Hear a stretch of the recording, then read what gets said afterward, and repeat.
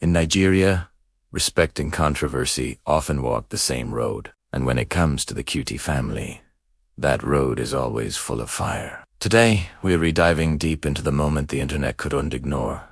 Korra Obidi twerking at Fela Kuti's grave, and the powerful, measured response from his youngest son, Seun Kuti.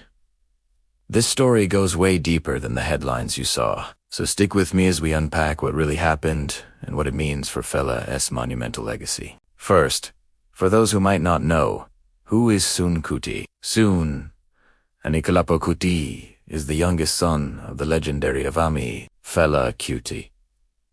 He was quite literally born into music, born into rebellion, and born into a family that never, ever shied away from speaking the truth. From the young age of 9, he was already on stage with his father, leading the Egypt 80 band. From that same age, he was carrying his father's fire, learning the rhythms and the responsibilities that came with the Kuti name. For Seun, Afrobeat isn't just a genre of music. It's a culture, it's a sacred legacy, it's a spirit of resistance. He inherited the saxophone, but he also inherited the struggle in the voice to articulate it. He's not just playing his father's songs, he's living the philosophy behind them, pushing the boundaries of political and social commentary through his own powerful music and activism. He is a guardian of the flame. Then, into this story, enters Korra Obidi. For anyone on social media, Korra is a household name, a Nigerian dancer, musician, and content creator known for her incredible energy and unwavering confidence. She consistently shakes up the internet with her vibrant performances, and she's built a massive following by being unapologetically herself. To pay tribute to Fela, a man whose entire life was a performance of rebellion, Korra chose her own language.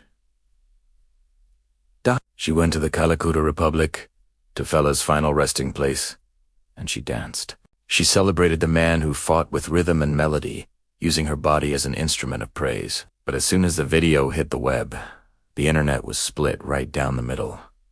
Opinions exploded. On one side, you had people shouting, "This is exactly what Fela would have loved. He was all about freedom of expression." They saw it as a fitting tribute, a celebration of life and liberation. On the other side, a chorus of voices cried out, "This is the highest form of disrespect. A gravesite is sacred ground, not a video set."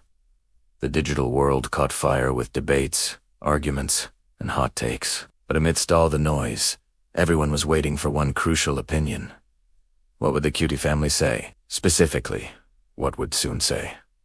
And then Seun Kuti broke his silence. But he didn't do it with the rage or insults that many expected, especially given the heated online atmosphere. Instead, he spoke with a kind of cool, sharp clarity that his father was famous for. In a video, he addressed the situation directly, paraphrasing his words.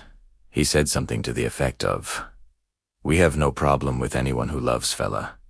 Express your love in whatever way you want. Dance, sing, do whatever you feel. But do not disrespect the Kuti family while you are doing it." It was simple, direct, and incredibly powerful. His message carried both a sense of tradition and a spirit of freedom. Seun wasn't condemning the act of dancing itself. Instead, he was drawing a line. He reminded everyone that while Afrobeat is liberation music, and Fela's spirit is one of freedom, that freedom does not exist in a vacuum. Liberation, he implied, does not mean a lack of respect for the family, for the ancestors, or for the sacred spaces they occupy. He separated the love for Fela from the conduct at his resting place, a distinction many had missed. My people, every story like this has a deeper meaning, and this one is a profound lesson about culture, expression, and boundaries. Think about it.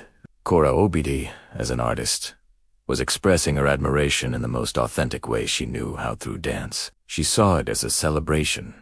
Seun Kuti, as a son, was defending his father's memory and the sanctity of his final resting place. He was protecting his family's private grief from becoming a public spectacle. And the internet, as it always does, acted as judge and jury for both of them, with people picking sides without necessarily understanding the full context. But here's the real truth.